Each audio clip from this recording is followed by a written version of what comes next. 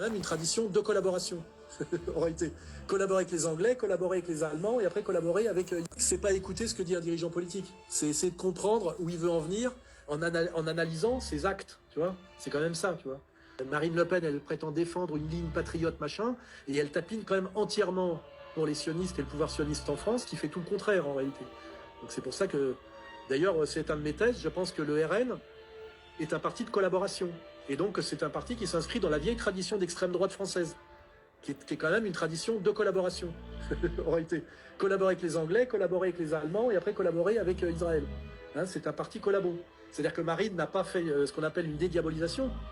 Elle a en fait rediabolisé le FN en RN, qui est redevenu un parti de collaboration, qui collabore avec les racistes, exterminationnistes, suprémacistes. Avant, c'était les nazis, et puis aujourd'hui, c'est Israël. Donc pour moi, il y a une continuité totale entre l'extrême droite collabo de la période de la guerre et l'extrême droite collabo actuelle du RN, qui collabore avec les plus puissants de l'époque, qui ont une vision inégalitaire, raciale et exterminationniste dans leur manière de pratiquer la guerre. Vous voyez, ça pour moi, c'est une bonne analyse.